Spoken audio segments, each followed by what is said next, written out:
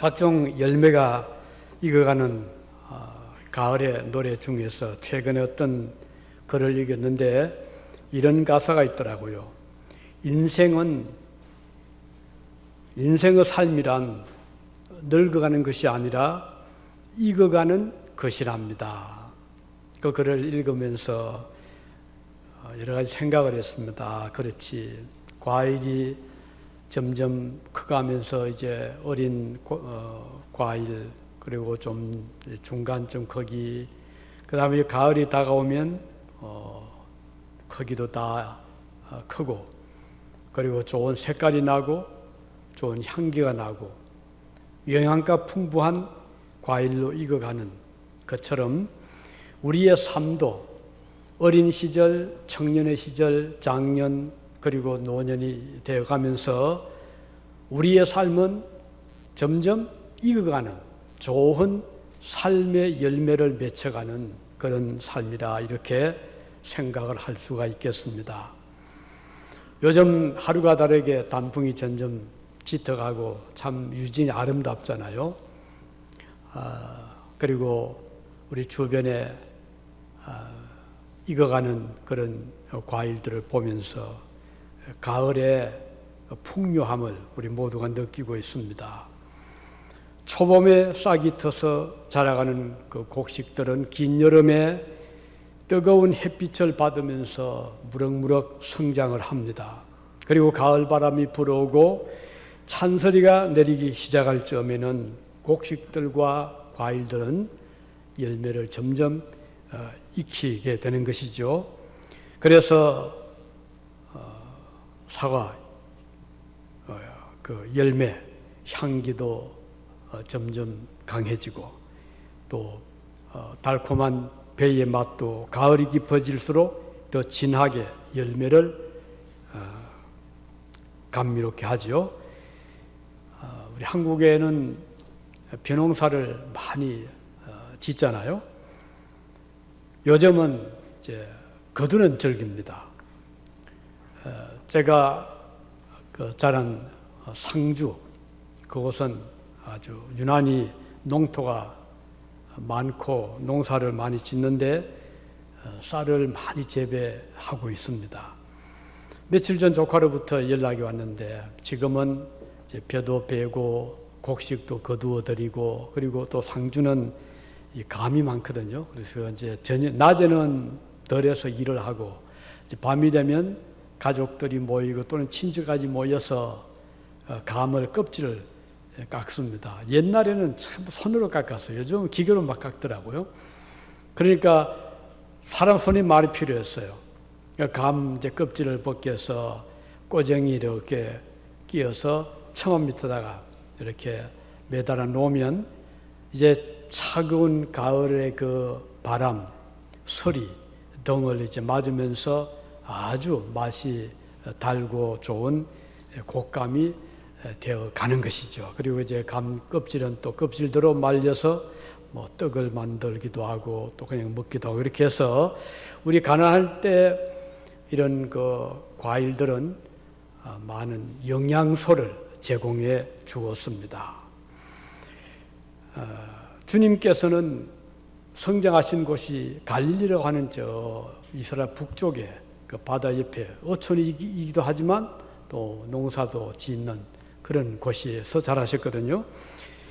그래서 주님은 농부들이 농사 짓는 그 모습을 어릴 때부터 많이 보셨어요. 그리고 주님은 그 농사 짓는 것을 비유로 드시면서 천국에 관한 교훈들을 비유로 말씀을 자주 하셨죠. 성도가 일생을 믿음으로 살면서 열매를 잘 맺는 곡식처럼 우리 성도들도 일생을 살면서 어떤 열매를 맺는가에 따라서 마지막 결과가 달라진다. 주님이 이런 뜻으로 말씀을 하셨습니다. 좋은 열매를 맺은 과일은 당연히 잘 거두어서 창고에다가 넣어주고, 또 별로 쓸모가 없는 그런 또 과일들이 있잖아요. 언제 모아서 또 뭐 밖에 버린다거나 아니면 뭐 가축 사료로 쓴다거나 이렇게 하는데, 우리 어릴 때 보니까 저희 또 우리 어떤 집은 이 사과 과수를 하는데, 근데 큰 창고를 지어 놓았더라고요. 근데 그 사과를 따서 창고에 넣어두면 겨울 동안에 얼면 안 되니까 우리 집은 그렇게 따뜻하게 못해도 그 창고만은 얼마나 온도를 잘 맞추어서 얼지 않게 적당한 온도를 유지시켜서 그 사과 맛이 변질이 되지 않도록 이렇게 잘 보관을 하는 그런 것을 본 적이 있습니다. 이렇게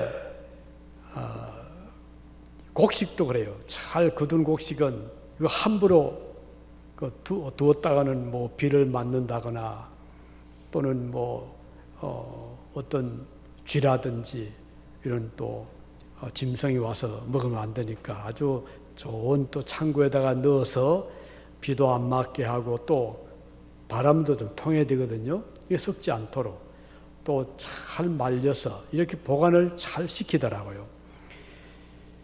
그런데 중요한 것은 곡식을 거둔 다음에 반드시 그 거치는 과정 중에 하나가 이 쭉정이가 있어요. 그리고 보기는 뭐 멀쩡한데 알맹이가 없이 겉만 멀쩡하고 속이 차지 않은 쭉정이가 있거든요. 이것들은 이제 걸러내야 되는데 그 방법은 이 바람을 일으킵니다. 이제 그런 그 기계에다 놓고 바람을 이제 불게 하면 그 곡식이 가득 찬 알곡은 알곡대로 모이고 또 비어있는 쭉정이는 바람에 멀리 날아가서 밖으로 또 모여서 버리게 되더라고요. 그래서 알곡과 쭉정이를 반드시 고른 다음에 알곡은 알곡대로 잘 모아서 창고에 들이고 쭉정이는 모아서 버리기도 하고 뭐 거름으로 쓰기도 하고 불태우기도 하고 이렇게 하더라고요. 우리 주님께서 이것을 아시기 때문에 여기에 비유해서 천국의 백성, 하나님 백성들도 어떤 열매를 맺느냐에 따라서 결과는 달라진다 하는 것을 말씀을 하셨습니다. 쭉정이는 모양은 비슷하지만 내용물이 없지요. 그래서 사람들이 쓸 수가 없는 겁니다. 그들을 모아다가 그냥 불에 태우거나 없애버리죠. 농부들은 그는 왜 어릴 때 쭉정이는 아예 뽑아내면 좋을 거를 왜 그렇게 가을까지 둡니까? 이렇게 또 질문할 수 있죠. 그런데 어린 때 잘 몰라요. 어떤 것이 쭉정이 될지 알게 될지 잘 모르고 또 어떤 게는 비슷한데 곡식이 아닌 것이 있어요. 그런데도 불구하고 농부는 그대로 둡니다. 같이 거름을 주고 또 보살핍니다. 왜 그런 거 아니에요? 쭉정이를 뽑아내다가 알곡을 같이 뽑는 경우들이 많습니다. 뿌리가 막 엉켜있기 때문에. 그래서 농부들은 알면서도 그대로 둡니다.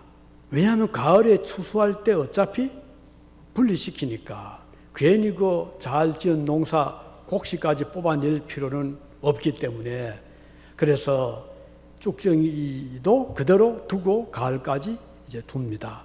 우리가 이 세상을 살아가면서 왜 이 세상에 선한 사람들은 살게 하지 왜 저렇게 악한 사람도 같이 살게 합니까? 이렇게 우리 질문할 수 있겠죠. 그러나 이제 곡식을 키우는 데서 보는 것처럼 이렇게 섞여 살게 되어 있습니다.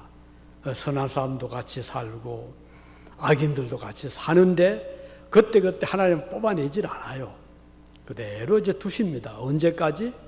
마지막 추수한 그때까지. 그것은 이제 최후의 심판의 때가 되겠죠. 그런데 이제 이 쭉정이도 알곡처럼 영양도 섭취해야 되고 농부는 또 같이 거름도 주고 김도 매주고 보살피게 되는 것입니다. 이 세상에도 그렇잖아요. 악인들도 또 하나님이 보살피십니다. 비를 내릴 때 어떻게 선한 사람이고 비를 줍니까? 그러니까 모든 사람들이 공평하게 그 사람이 악인이든 선이든 상관하지 않고 하나님은 비를 주시고 눈도 주시고 바람도 불게 하시고 공기도 주시고 맑은 물도 주시고 그렇게 해서 같이 살아가게 하시는 것이지만 그러나 마지막 때가 되면 구별될 때가 오는 것입니다. 자, 우리 모두는 천국 창고에 들어가는 진실된 그리스도인의 백성들이 되어야 되지 않겠습니까? 우리 중에 어느 한 사람도 쭉정이가 되지 않기를 우리는 바라는 것입니다. 천국 창고에 소중하게 보관되어서 주인이 잘 아끼고 또 보살펴주는 그런 자들이 되기를 바랍니다. 그러면 천국 창고에 들어갈 수 있는 자들은 어떤 자들인가? 오늘 본문에 보니까요 11절에 이렇게 말씀했죠. 성령과 물로 너희에게 세례를 베풀 것이요 그랬습니다. 즉 성령의 세례를 받은 자들이 천국 창고에 들어가게 된다 하는 의미죠. 이 말씀은 세례 요한이 이제 요단강에서 막 세례를 이제 베풀 때 사람들이 와서 세례를 죄를 고백하고 회개하고 세례를 받을 그럴 때의 주님이 하신 말씀입니다. 그러니까 세례 요한은 자신보다 능력이 많으신 예수님이 곧 올 터인데 이제 그 전에 세례 요한은 이제 물로 세례를 주었어요. 이 물 세례를 받는 것은 장차 예수님이 오셔서 주실 불 세례, 성령의 세례를 상징해 주는 그 하나의 의식적인 세례거든요. 지금도 믿음을 고백하면 세례를 주잖아요. 그 세례를 받는다는 것은 주님 앞에 죄인됨을 고백하고 용서함을 받을 것을 믿음으로 받아들이고 그래서 이제는 주님의 자녀로 태어난 거듭나는 이제 그런 의미를 가진 그래서 세례를 받습니다. 그런데 이제 예수님께서 오셔서 물로 세례를 주시는 것이 아니고 성령으로 불세례를 주실 것이다 이렇게 말씀을 하셨습니다. 이 성령의 세례는 요한이 베풀었던 물 세례보다도 훨씬 더 강력한 성령의 세례이고 진정한 죄 용서함을 받게 되는 의미가 있습니다. 세례 요한의 물 세례는 장차 오실 그리스도의 성령 세례를 이제 기다리고 그것을 보여주시기 위한 하나의 의식적인 예식이었습니다. 이 성령의 세례를 받는 사람은 죄 용서함을 받죠. 초대교회 성도들은 예루살렘 다락방에 모여서 열심히 기도했잖아요. 언제까지? 성령 세례를 받을 때까지. 그랬더니 기도하고 있던 열흘 만에 그때 오순절이었었죠. 주님이 십자가에 못 박히시고 부활하신 후 50일째입니다. 오순절. 그 오순절날 하나님께서 약속대로 성령을 보내주셔서 모여서 기도하던 모든 제자들이 성령의 은총을 받게 되었습니다. 그래서 그들은 그때부터 놀라운 변화를 체험을 합니다. 누구든지 성령으로 거듭나지 아니하면 이런 변화를 받을 수가 없습니다. 우리가 아무리 수양하고 노력을 해도 어느 한계 되면 더 이상 안 돼요.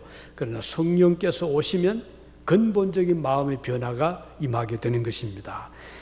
그렇게 되면 이제 새 생명으로 태어나는 거거든요. 우리 계란을 보면 계란만 가지고는 세상을 볼 수가 없어요. 안에 생명이 있거든요.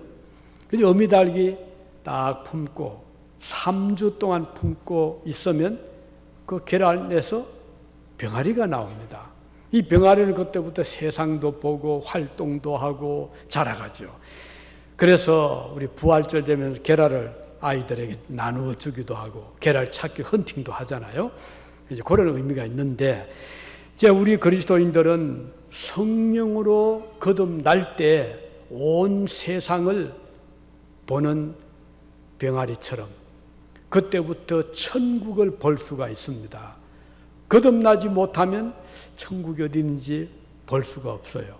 하나님이 계시는지 보이지가 않습니다. 자신의 모습을 볼 수가 없어요. 그러나 거듭난 사람은 죄인됨을 알게 되고 하늘나라를 보게 되고 하나님을 보게 되고 근본적인 변화가 오게 되는 것입니다. 우리 신자들은 성령으로 거듭남으로써 천국의 백성이 될 수 있다. 그래서 우리는 이를 위해서 그럼 내가 할 일이 뭡니까? 물론 우리가 얼마나 하면 하겠습니까? 그래서 우리는 하나님께서 약속하신 대로 성령의 오심을 기다리고 그리고 기도하고 우리의 영혼을 거듭나게 해 주시기를 기도해야 되겠습니다. 그래서 이 거듭나게 하는 역사는 내가 하는 것이 아니고요, 하나님의 성령께서 하시는 절대적인 하나님의 주권에 있습니다. 하나님께서 원하시는 자에게는 변화를 거듭나게 하시는 것이죠. 그래서 우리가 할 일은 우리는 기도를 할 수 있잖아요. 하나님께 기도할 수 있는, 그래서 우리가 내 영혼의 거듭남을 위해서 기도하고 내 자신을 위해서 기도를 할 수 있으니까 기도하고 주님께 맡기면 하나님께서 우리의 기도를 들으시고 우리의 영혼에 큰 변화를 가져오게 하시고 영의 눈을 뜨게 하시고 거듭나게 하시고 새 생명을 얻게 하셔서 참된 그리스도인이 되게 하시는 것입니다. 자, 이렇게 되면은 그때부터 이 사람은 안에 이제 알곡으로 채워지게 되는 겁니다. 쭉정이면 아닙니다. 겉모습만 신자가 아니고 내면적인 변화가 왔기 때문에 그때부터 그 영혼 속에는 하나님의 생명이 역사해서 자라갑니다. 그리고 하나님 말씀으로 영향을 공급받습니다. 그래서 우리 성도들은 말씀을 자꾸 들어야 되고 그 들음으로써 내 영혼이 변화를 받게 되고 새로워지게 되고 보지 못하던 하늘나라를 볼 수가 있게 되는 것입니다. 그래서 하나님께서 거듭나게 하시는 그러면 자들은 어떤 자격이 필요한가? 우리 하나님은 자격을 요구하지 않았습니다. 어떤 특별한 자격을 원하지 않으셨어요. 어떤 죄 많은 사람도 성령의 세례를 받을 수가 있습니다. 오히려 죄가 많은 곳에 하나님 은혜가 더 넘친다고 했어요. 아, 나는 죄가 없다, 나는 의롭다. 그런 자의 마음 속에는 성령님께서 역사를 할 수가 없잖아요. 왜? 나는 스스로 거룩한데, 나는 의로운데, 죄가 없는데, 그러면 뭐 하나님 도움도 느끼지 못하잖아요. 그러나 죄를 느끼고 죄가 있다는 것을 깨닫고 죄인됨을 고백하게 될 때 하나님께서 은혜를 베풀어서 변화를 시켜 주시는 것입니다. 그래서 죄가 많은 곳에 하나님 은혜가 넘친다고 하셨습니다. 하나님께서 원하시는 한 가지 조건은 회개입니다. 세례요한이 요단강에서 세례를 베풀 때 사람들에게 요구한 것은 너희가 회개하고 세례를 받으라, 그렇게 말씀했죠. 그럼 왜 물에다가 몸을 담그게 하죠? 왜 몸에다가 물을 뿌리죠? 그 이유는 상징입니다. 물은 씻는 작용을, 아무리 세탁기가 좋아도요, 물이 없으면 세탁할 수 있습니까? 요즘 뭐 첨단 기술 다 동원을 해도 물이 없이는 씻을 수가 없어요. 물이 들어가야 세탁도 하고 때도 씻을 수가 있고, 물이 얼마나 소중하잖아요. 그래서 하나님은 물로 세례를 주신 것입니다. 그 의미는 씻는 의미가 있어요. 죄를 씻는, 하나님께서 성령의 세례를 주실 때도 씻어 주시는 의미가 있기 때문에 세례를 받으라, 이렇게 말씀했습니다. 우리의 허물을 씻어내는, 나의 죄를 씻어내는 하나님의 은혜인 것이고, 그러기 위해서는 우리 자신들이 죄인됨을 고백할 필요가 있는 것입니다. 그런데 누가 회개를 할 수 있죠? 그 회개를 느껴야 돼요. 그 필요성을 느껴야 됩니다. 아이고 뭐 회개 안 해도 뭐 잘 사는데, 이렇게 되면 회개할 기회를 잃어버리고 말죠. 어떤 자가 회개할 기회를 잡습니까?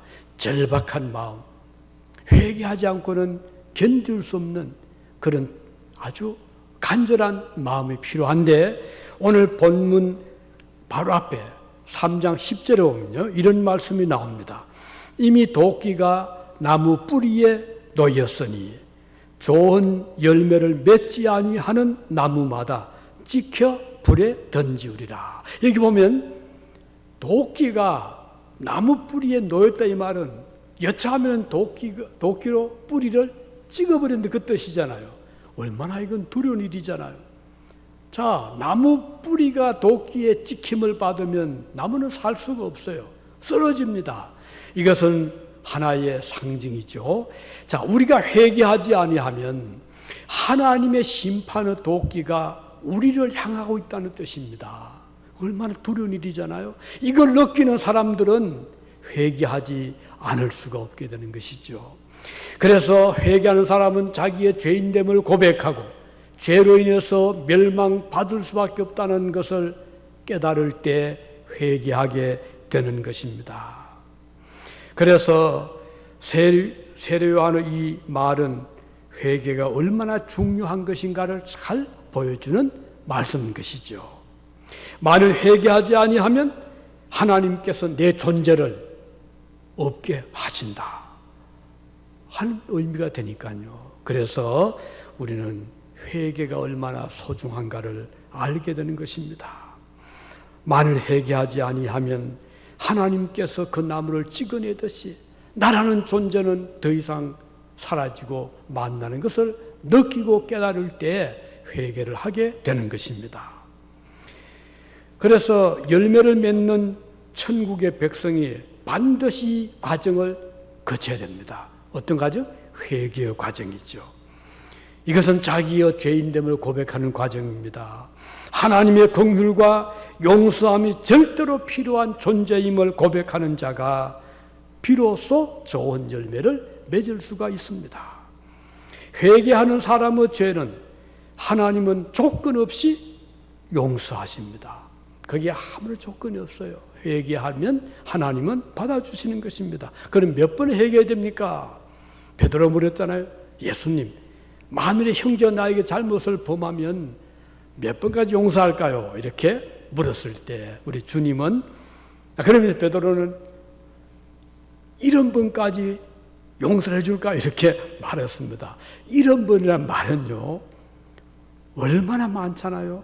아니, 또 같은 나쁜 짓을 했구나. 화가 나잖아요.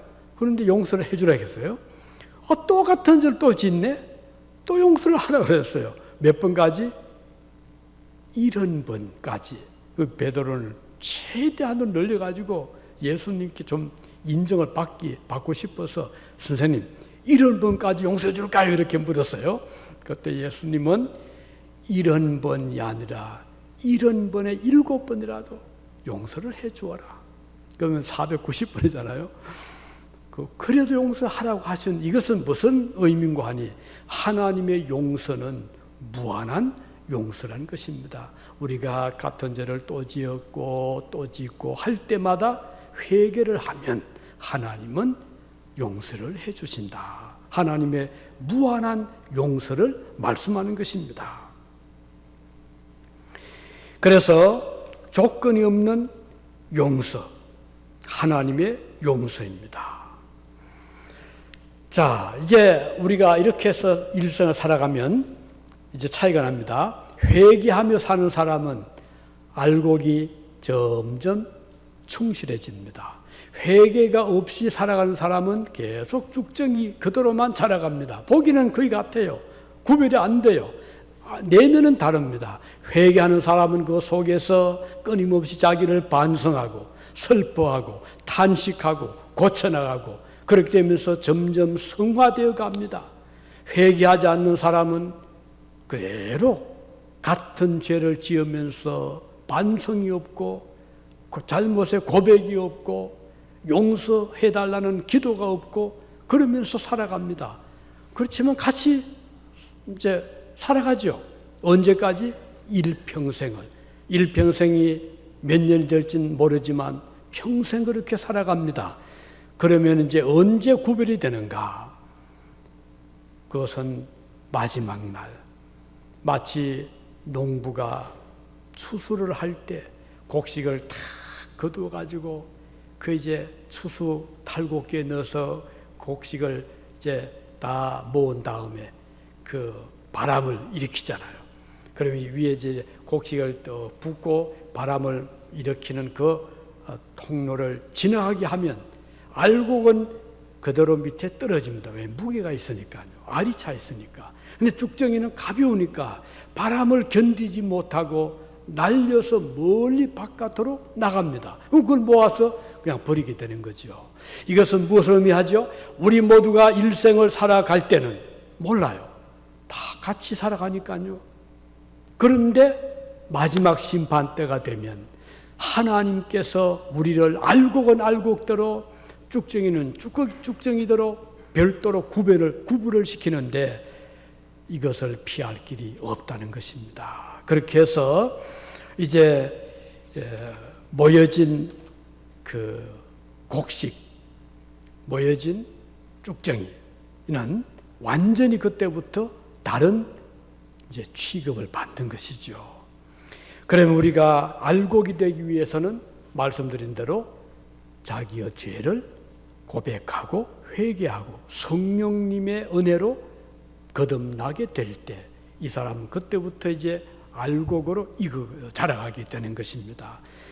우리의 삶이 이렇게 되기를 바랍니다. 우리가 진정으로 성령님의 은혜를 통해서 거듭남을 받고 회개함을 통해서 용서를 받고 이렇게 살아가면 그는 세월이 흐를수록 점점 내적인 그 영혼의 선한 열매가 점점 충실해져서 그 속에 사랑과 희락과 화평과 온유와 절제, 인내, 겸손 이런 열매들이 가득하게 맺히게 되는 것입니다. 얼마나 하나님 보실 때에 기쁜 그런 존재가 되는 것이죠. 그렇게 해서 오늘 우리 모두가 성령의 역사를 통해서 변화를 받고 거듭나는 주님의 백성들이 되시기를 바라는 것입니다. 그 다음은 알곡은 어떻게 이제 구별이 되죠? 바람을 잘 통과해서 그 바람이 우리를 막 불 때 날려가지 말아야 돼요. 왜? 우리는 알찬 열매이기 때문에 이 바람이라는 것은 가벼운 것을 다 날려보내잖아요. 그런데 하나님께서 불게 하는 바람은요, 적당한 바람입니다. 뭐 태풍처럼 막 자동차를 날려보내거나 지붕을 날려보낼 정도 그런 바람을 우리에게 불게 하지 않습니다. 그 알곡이 견딜 수 있을 정도의 바람을 불게 합니다. 그렇지만 쭉정이는 견디지 못하는 거예요. 이게 하나님의 심판의 바람입니다. 그러므로 이 알찬 열매는 그 바람을 견뎌냅니다. 이겨냅니다. 성도가 우리가 몸담고 살아가는 이 세상에는 온갖 종류의 바람들이 사방에서 불어오잖아요. 봄에도 여름에도 가을에도 겨울에도 끊임없이 공기는 이동하고 바람은 붑니다. 성도들은 이 세상의 바람을 맞으면서 살아가는 존재들입니다. 주님께서 제자들에게 남기신 중요한 교훈 중에 하나는 너희가 세상에서 환난을 당할 것이다. 그러나 두려워하지 말아라. 왜냐하면 내가 세상을 이겼기 때문이다. 이렇게 요한복음 16장 13절에서 말씀을 하셨습니다. 자, 이것은 무엇을 의미하죠? 우리가 사는 이 세상에 바람이 불어옵니다. 그 바람은 환난의 바람을 의미합니다. 그런데 이 바람 나는 싫어 하고서 피해서 어디 가려고 해도 피할 길이 없어요. 세상에는 끊임없이 온갖 바람이 우리를 향해서 불어옵니다. 그럴 때 우리는 담대하게 이 바람을 잘 맞이하고, 왜냐하면 알곡이니까요. 하나님께서 불게 하는 바람은 적당한 바람이거든요. 알곡은 제자리를 떠나지 않도록 그 정도의 바람을 불게 하시기 때문에 우리 성도들은 이 바람을 맞이할 때 지금이야말로 알곡됨을 증거할 수 있는 때다. 이렇게 우리는 믿을 수가 있는 것입니다. 그래서 오히려 바람은 성도의 참 모습을 보여주게 되는 때가 되는 것이죠. 오히려 이 바람은 우리의 믿음을 더 성숙하게 하는 것이 되고 우리의 믿음을 증거하게 되는 하나의 좋은 기회가 되는 것입니다. 이 세상엔 끊임없이 바람이 부는데 어떤 강한 바람도 우리 주님께서 우리를 지켜주시는 그 강력한 힘을 능가하지는 못하는 것입니다. 세상에서 불어오는 바람은 성도의 믿음을 테스트하는 바람이기도 하거든요. 믿음 생활을 흔들어서 그 우리의 믿음이 참 믿음인가를 알게 하는 것입니다. 우리가 집을 잘 지은 집은 언제 알 수 있죠? 한번 홍수가 나보면 알아요. 바람이 불고 나면 그 집은 참 잘 지은 집이다. 저 바람에도 견디내는구나. 저렇게 홍수가 왔지만 저 기초가 든든하니까 그 집은 서 있구나 한다면 그 건축자는 좋은 건축자죠. 우리 인생의 집을 지을 때도 인생의 열매를 맺을 때도 마찬가지입니다. 여러 바람이 불어오는데 조그만 바람에 못 견디고 날려가 버린다면 어떻게 되겠어요? 그래서 우리는 이 바람을 잘 견뎌 끝까지 나갈 때 좋은 열매로 남게 된다는 것입니다. 제자들이 갈릴리 바다 가운데서 바람을 만난 적이 있었잖아요. 배가 뒤집힐 정도로 바람이 광풍처럼 불어오는데 제자들은 생사의 갈림길에서 안간힘을 쓰고 배 안에 들어온 물을 막 퍼내고 있는데 주님이 나타나신 겁니다. 처음엔 제자들이 다 놀랐잖아요. 저 뭐냐? 저 귀신이냐? 두려워할 때 내니 두려워하지 말아라 하는 낯익은 음성을 들었어요. 주님의 음성이었잖아요. 베드로가 너무 기뻐서 주님, 저도 주님처럼 바다 위를 걷게 해주십시오 라고 했죠. 주님께서 그러느라 했습니다. 베드로가 두려워하지 않고 주님의 말씀을 듣고 바다에 풍덩 들어갔습니다. 그런데 놀랍게도 몇 걸음을 빠지 않고 나간 거예요. 그러자 갑자기 바람이 거친 파도와 함께 몰아치는데 덜컥 겁이 났어요. 어이구, 빠져 죽겠구나. 그런 두려움을 가진, 그리고 바람이 앞을 가로막을 때, 주님이 보이지 아니할 때 베드로는 그만 물에 빠지게 되는 겁니다. 그때 주님이 손을 잡아 건지시면서 베드로야 왜 두려워하느냐 라고 그를 건져주신 적이 있었죠. 여기에서 보여주시는 것도 우리가 세상의 환난의 바람을 맞이할 때, 여러 가지 어려움을 겪을 때에 이러다가 내가 망하는 게 아닌가, 이러다 죽게 되지 않겠는가, 이런 두려운 마음을 가지게 되면 바람에 지는 것이죠. 세상에 지는 것입니다. 우리는 오히려 그럴 때에야말로 주님은 지금도 나를 붙잡아 주신다. 주님은 어떤 환난의 바람도 막아주신다. 나는 주님의 은혜로 이길 것이다는 강한 믿음을 가지고 나가면 우리 하나님은 그 믿음대로 우리를 지켜주시고 바람에 넘어지지 않게 하시고 빠지지 않게 하시고 쓰러지지 않게 하실 것입니다. 그래서 이 믿음이 바로 우리를 건지시는 것이고 그 열매 맺은 알곡으로 우리를 지켜주시는 것입니다. 바로 이것이 다니엘의 믿음이었죠. 요셉의 믿음이었습니다. 알곡과 같은 성도들은 이 세상의 환난을 피해가는 자들이 아니라 바람을 우리가 맞이하지만 두려워하지 않습니다. 염려하지 않습니다. 왜냐하면 주님의 강한 힘을 우리는 믿기 때문입니다. 우리 주님께서 모든 환난을 이기게 해주실 줄 우리는 믿기 때문입니다.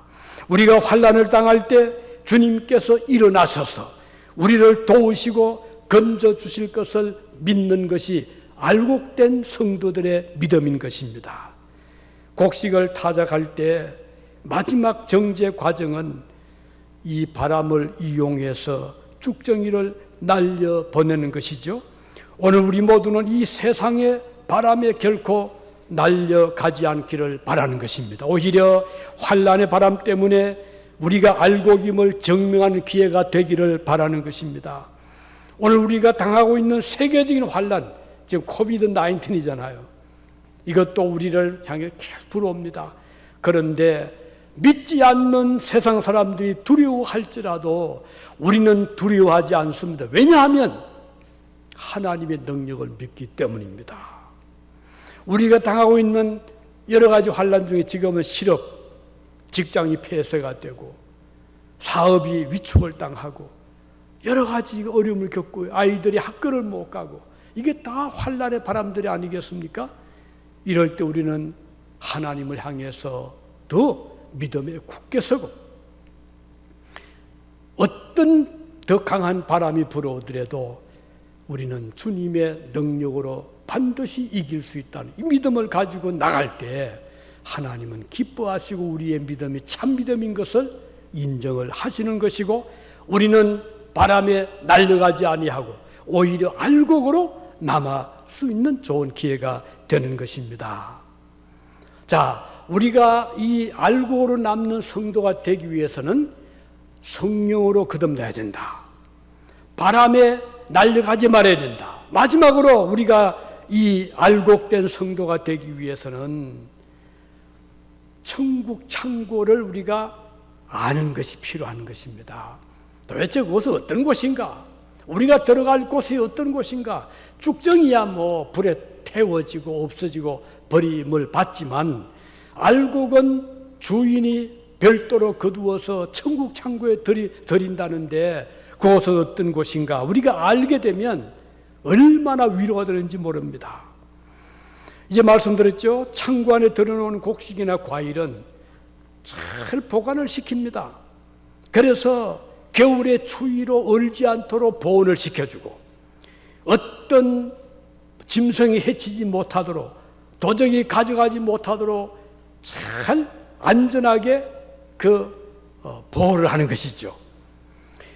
하나님께서 예비하신 천국 창고가 바로 이런 곳입니다. 세상과 비교할 수 없는 이상적인 나라가 바로 그곳입니다. 어떤 추위도 더위도 그곳에 있는 백성들을 괴롭히지 못합니다. 이 세상에 살 동안은 우리가 가난과도 싸워야 되고 더구나 이민 오신 여러분들 얼마나 힘들게 그동안 살아오셨잖아요. 어떻게 살아가려고 온갖 노력을 다하고 애를 쓰고 비즈니스를 하고 직장 생활을 하고 우리의 그 부족한 언어 실력이 뭐 우리가 얼마나 발부둥치며 살아오는 과정은 결코 쉬운 과정은 아니었습니다. 그런데 자, 이런 어려운 일을 겪으면서 우리가 이 세상을 살아왔지만 우리가 들어갈 천국은 그런 곳이 아니죠. 그곳에 들어가면 이제는 더 이상 이렇게 생존 위해서 발버둥치면서 그렇게 살아갈 필요가 없는 곳입니다. 왜냐하면 우리 아버지 하나님께서 모든 것을 다 준비해 놓으셨거든요. 우리가 이 세상에 태어날 때도 부모가 우리를 위해서 예비해 놓았잖아요. 좋은 따뜻한 우리를 감싸는 보자기도 준비해 놓고 또 우리의 필요한 그런 좋은 방도 준비해 놓고 또 영양가 있는 그런 이제 음식도 준비하고 해서 다 준비해서 이제 아이를 기다리는 부모의 심정처럼 우리 하나님께서 천국에 들어가는 우리를 위해서 하나님은 하늘나라의 모든 것을 다 차곡차곡 준비해 주신 거예요. 우리가 들어갈 좋은 집, 그래서 계시로 보니까 묘사하기를 황금집이라고 했어요. 얼마나 좋으면 황금으로 만든 집을, 그건 하나의 그 상징이죠. 세상에서 가장 잘 표현할 수 있는 방법으로 황금집이다, 12진주문이다, 수정 같은 그런 곳이 길이다, 또 12과일이 맺는 생명 강가의 집이다, 이런 표현들은 천국에 대한 묘사를 다른 방법을 할 수가 없으니까 우리가 이해할 수 있는 방법은 세상에서 가장 좋은 그런 언어를 동원해서 묘사한 것뿐입니다. 천국은 하나님께서 우리를 위해서 모든 것을 예비해 주셨기 때문에 우리가 거기에 들어가서 뭘 먹을까, 어떤 일을 할까 걱정할 필요가 전혀 없는 것입니다. 그뿐 아니라 이 세상에서 우리 살다 보면 병도 많이 들잖아요. 저도 지난해도 입원을 했고 금년도 입원을 했는데 힘들잖아요. 천국은 그런 병이 없으니까 입원할 병원이 필요 없는 곳입니다. 천국은 그야말로 낙원입니다. 다시는 병으로 고생하지 않는 곳입니다. 이 세상의 환난으로 잃어버린 모든 것을 완전히 회복할 뿐 아니라 훨씬 더 좋은 환경에서 우리는 살게 되는 것이죠. 그래서 요한은 그의 계시록 22장 5절에서 말씀하기를 다시는 천국에 들어가면요 밤이 없겠고, 근데 밤이 없는 곳입니다. 등불과 햇빛이 쓸데없으니 이는 주 하나님이 그들에게 빛이심이라. 그들이 세세토록 왕 노릇하리로다 그랬어요. 천국에 들어가면요 햇빛이 쓸데없대요. 자, 태양이 있으면 어떤 일이 일어나죠? 우선 계절이 있습니다. 겨울도 있고 여름도 있고 힘들잖아요. 겨울 추위, 여름 더위. 천국은 햇빛이 없습니다. 하나님의 영광의 빛이 비추어 주시기 때문에 겨울이 없고 여름이 없는 곳입니다. 그리고 그 천국은 어둠이 없는 곳이라고 했죠. 온갖 불의에 어둠이 상징하는 슬픔, 고통이 없는 곳이 천국입니다. 이 세상은 시간이라는 개념이 있잖아요. 아침 있고 저녁이 있고 어제가 있고 오늘 있고 내일 있고 천국은 그런 시간 개념이 없습니다. 영원한 세계이기 때문에 아침 저녁 밤이 없어요. 그런 곳이 우리가 들어가 살 천국인 것입니다. 천국은 주님의 영광의 빛이 우리를 두루 비치기 때문에 태양이 주는 혜택보다 몇천 몇만 배 더 좋은 혜택을 받게 됩니다. 천국에서는 성도들이 왕노릇을 한다고 그랬죠. 왕이 된다고 했죠. 그 말은 성도들이 누구의 간섭받고 종 또는 일꾼이 없어요. 다 왕 같은 존재들입니다. 그래서 우리는 왕과 같은 천사들이 막 우리를 이제 섬기잖아요. 천사들이 우리를 주변을 감싸고 섬기고 있으니 얼마나 좋습니까? 우리는 지금 미국의 대통령 선거를 보면서 권력이라는 것이 저렇구나. 권력의 무상함, 권력의 잔인함, 이거 보고 있잖아요, 지금. 천국은 그런 권력 싸움 할 필요가 없는 거예요. 권력 때문에 재판할 필요도 없는, 하나님이 다 우리에게 가장 적절한 그런 권세를 주셨기 때문에 그곳은 평화의 나라고 그곳은 왕과 같은 존재로 살아갈 곳이기 때문입니다. 그래서 천국은 모든 성도들이 다 왕과 같은 대우를 받습니다. 아무도 성도를 괴롭힐 자가 없습니다. 어떤 세력 다툼, 권력의 싸움을 할 필요가 없는 곳입니다. 다시는 헤어짐과 슬픔이 없는 곳입니다. 사랑하는 가족과의 이별이 없는 곳이 천국입니다. 이마에 땀이 흐르도록 노동할 필요가 없습니다. 왜냐하면 땀이 흘러야 먹을 것을 구하는 것은 이 세상입니다. 그것은 아담과 하와가 하나님을 반역할 때 왔던 결과잖아요. 그런데 천국은 더 이상 그렇게 땀을 흘려서 일할 필요가 없어요. 하나님이 다 예비해 놓으신 것입니다. 어떤 고통도 없는 곳이 그곳입니다. 아픔을 모르는 곳입니다. 질병이 없는 곳입니다. 요즘 온 세상을 혼란에 빠뜨리는 세계적인 그런 전염병이 없어요. 박쥐에서 왔든지 천국은 그런 곳이 아닙니다. 시간이 없는 곳이고 영원의 세계인 곳입니다. 하나님께서 예비해 놓으신 하늘의 집은 그래서 낙원의 세계입니다. 그곳에는 거주할 집 걱정할 필요가 없습니다.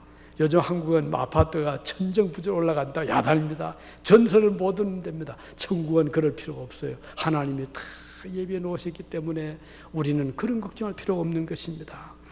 그곳에서 찾을 수 없는 것들은 어떤 것일까요? 죄를 찾을 수가 없습니다.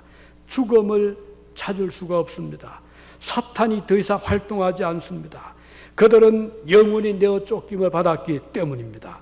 이 하나님의 나라는 알고 긴 성도들을 위하여 하나님께서 친히 예비해 두신 곳이기 때문에 가장 안전한 곳입니다. 오늘 이 자리에 계신 저와 여러분, 반드시 천국에 들어가는 알곡들이 되어서 그날 주님께서 우리를 다 영접하는 그런 복된 영접을 받는 자들이 되시기를 바랍니다. 기도하시겠습니다.